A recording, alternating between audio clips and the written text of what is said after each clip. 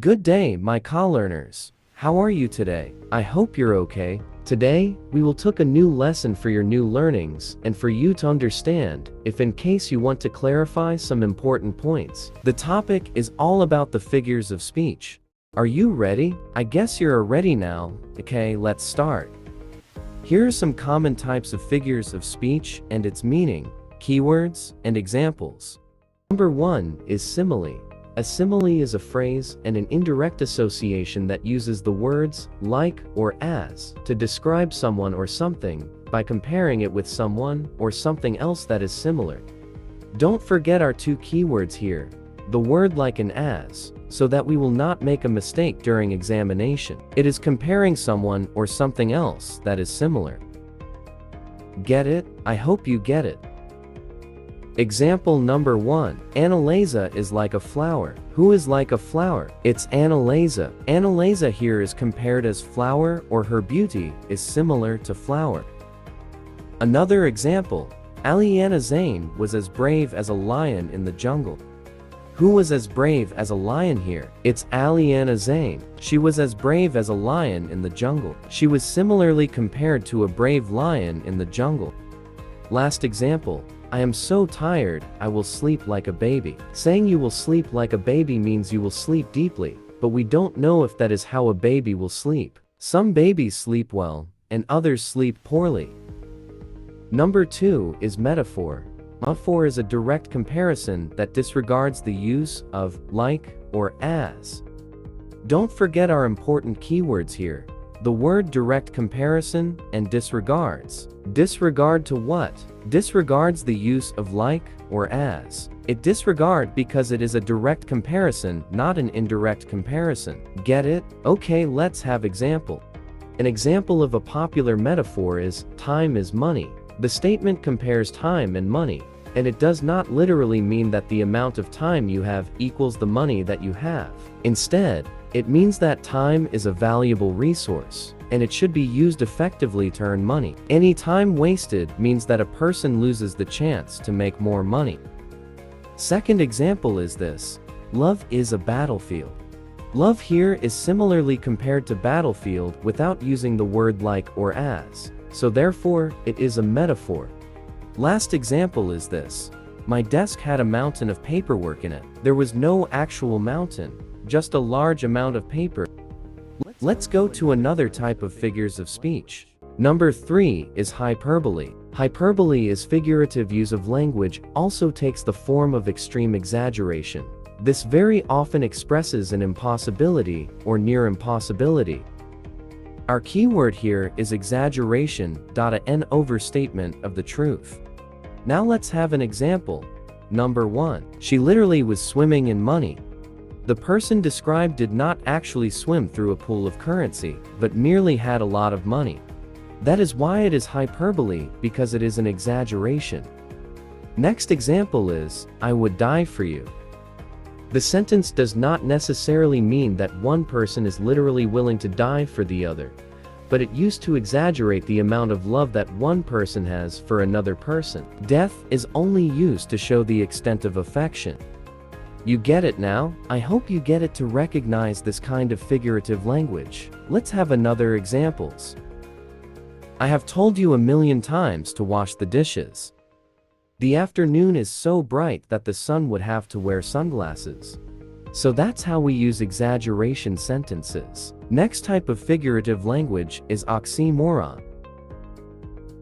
Oxymoron is a phrase or words that is a self-contrasting statement. Our keyword here is self-contrasting and self-contrasting. Here are the examples.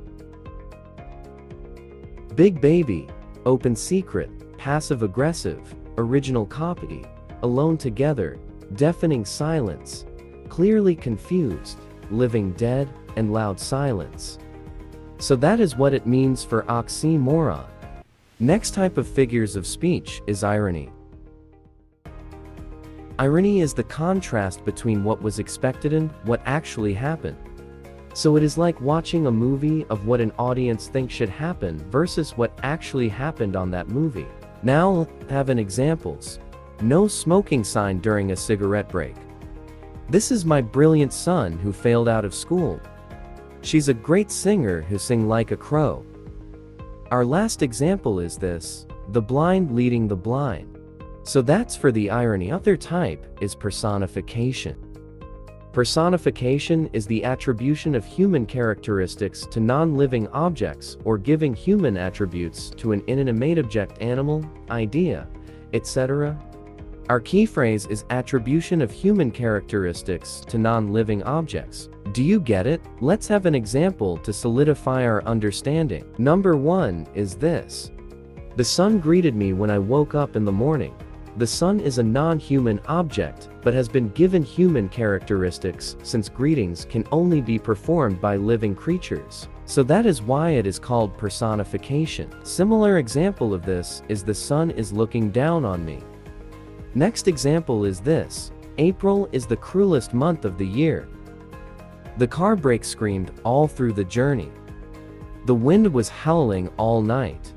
The word cruel, scream, and howling are the attribution of the human characteristics or living creatures, and not to non-living. That is why it's so called personification. Do you get it? I hope you get it. Next type is synecdoche. Synecdoche is an association of some part with the whole it represents. Our key phrase here is part of the whole. Now let's have an examples. Check out my new wheels. Wheels is an example of synecdoche used to refer to a car. In this example, a part of a car, its wheels, is used to represent the car as a whole. Do you get it now? Yes, you are. Let's have another example. The face who launched 1,000 ships. Did you find a part of the whole in this sentence? Yes, it's the word face. Face is part of the whole, which is the body. Let's have another example. Hired hands. The phrase, hired hands, can be used to refer to workers. The farmer needed to bring on some hired hands. Another type is metonymy. Metonymy is when a phrase is replaced with another which has a similar meaning, used to describe something in an indirect manners. An association in which the name of something is substituted by something that represents it. It can easily be confused with synecdoche. Both metonymy and synecdoche use a word or phrase to represent something else. Let's consider the earlier example relating to the car. As previously mentioned, wheels is a synecdoche for car. The word ride is an example of metonymy for a car. Why is it metonymy rather than synecdoche? Because the word ride is not part of a car, as is the case with the word wheels. Did you notice their differences? I hope you understand their differences. A synecdoche takes an element of a word or phrase and uses it to refer to the whole. While metonymy replaces the word or phrase entirely with the related term that is not literally a part of it. Let's have another example. Toothpaste is sometimes called Colgate. Let's proceed to another type, which is the euphemism. Euphemism is creating a positive connotation out of something negative. So the idea is to substitute word or phrase with a more pleasant one. Like, for example, instead of saying you are illegitimate child, you are saying love child. So here are the other examples. Saying she pass away instead of saying she died. Saying put to sleep instead of euthanize. Saying big bone instead of overweight. Saying I have to let you go instead of saying you're fired. So that's for euphemism. Next type is ellipsis. Ellipsis is the omission of words in a sentence. Ellipsis is essay to recognize because of 3 dots. When there is 3 dots, that is mean the quotes or the line from original was shortened. For example, she walk away and so the world turns. Did you see the 3 dots? Yes, it is clearly seen. Last example, a red bird to place in my back garden was on my shopping list. The original quote was as follows. A red glass bird to decorate my backyard was on my wish list, but I couldn't find one. Did you see again the 3 dots? Congratulations, you see. That's how the line was omitted. Our next type is a cinderton. A cinderton is not putting any connectors, conjunctions, or prepositions. Conjunction are, and, or, but, for, nor, so, yet to add emphasis. Okay, have an examples. No retreat. No surrender. That's an example of a phrase or sentence without putting any connector such as, and, but, for, nor, so, yet, and many more. Let's proceed to another example. The air was thick, warm, heavy, sluggish. This phrase or sentence was coming from the novel entitled Heart of Darkness by Joseph Conrad, and he used a cinderton. Our last example is this, and here it is again in Charles Dickens' A Tale of Two Cities. After the climax of the story, my friend is dead, my neighbor is dead, my love, the darling of my soul, is dead. Now remember this, a cinderton isn't a new concept. Writers have used it for thousands of years to create suspense and add emphasis without putting any connectors. Let's go to our next type of figures of speech, which is apostrophe. Apostrophe is a direct address to an abstract things or a person who passed away already. It is an exclamatory figure of speech, sometimes exclamation used in it. Now let's have an examples. Life, I cannot understand you. Here, we are talking about life as it is a living object, and it is able of understanding. Also notice exclamation mark after life. Our next is this, love, please come and take me. Here it is, another example with the use of exclamation after the word me, and also this sentence or phrase, the person he or she talking to was already passed away. Let's have our last example. O death, where is thy sting? Next type of figures of speech is lightities. Lightities, it is the opposite of hyperbole. Here an affirmative is conveyed by negation of the opposite. For example, he is no dullard, I'm not a little, he is not a bad sort.